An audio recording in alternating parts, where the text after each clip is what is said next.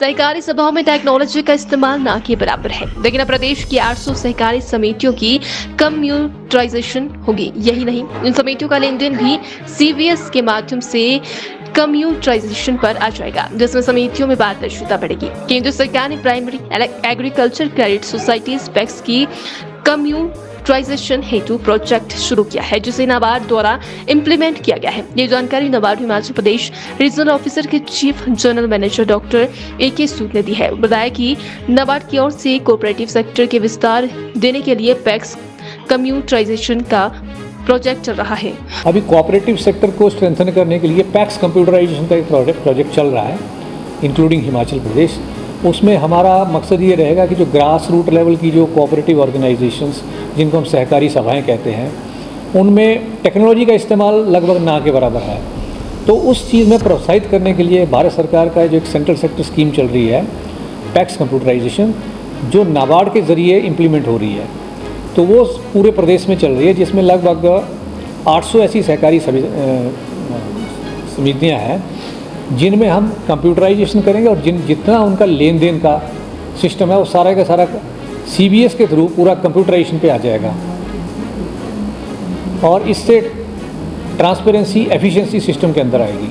और NPA, जैसे आपने बिल्कुल सही कहा, एक बहुत ही गंभीर मुद्दा निकल के आया। 2012-13 से पहले ये बैंक की परिस्थिति इस तरह से नहीं थी, लेकिन ये पिछले 8-10 साल में इसमें थोड़ा डिटीरियोरेशन हुआ और NPA एक बहुत गंभीर समस्या के रूप में आया है। तो हमने इनको यही कहा है कि NPA के ऊपर आपको एक टाइम बाउंड एक्शन प्लान बनाना पड़ेगा। कुछ टीम्स आपको संगठित करनी पड़ेंगी, जो टीम्स जिसमें डेडिकेटेड टीम्स हो, जो इसके ग्राउंड लेवल के बेस पे टारगेटेड बेस्ड अप्रोच पे काम करें, जैसे कि बहुत सारी संस्थाओं में हुआ है। इससे पहले मैं J&K में भी रहा हूँ, तो J&K में हमने इस मुद्दे के ऊपर काम किया है कोऑपरेटिव बैंक्स के थ्रू, जहाँ पे हमने डेडिकेटेड टीम्स के ज़रिए काम किया और उसमें बहुत अच्छे रिजल्ट हमें मिले हैं।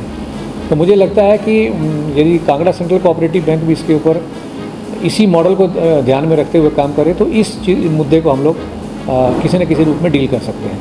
इसलिए हम लोग सुपरविजन करते हैं बैंक्स का, इंस्पेक्शन करते हैं बैंक्स की, और उसमें इस तरह के जो मामले को हम लोग चिन्हित करते हैं।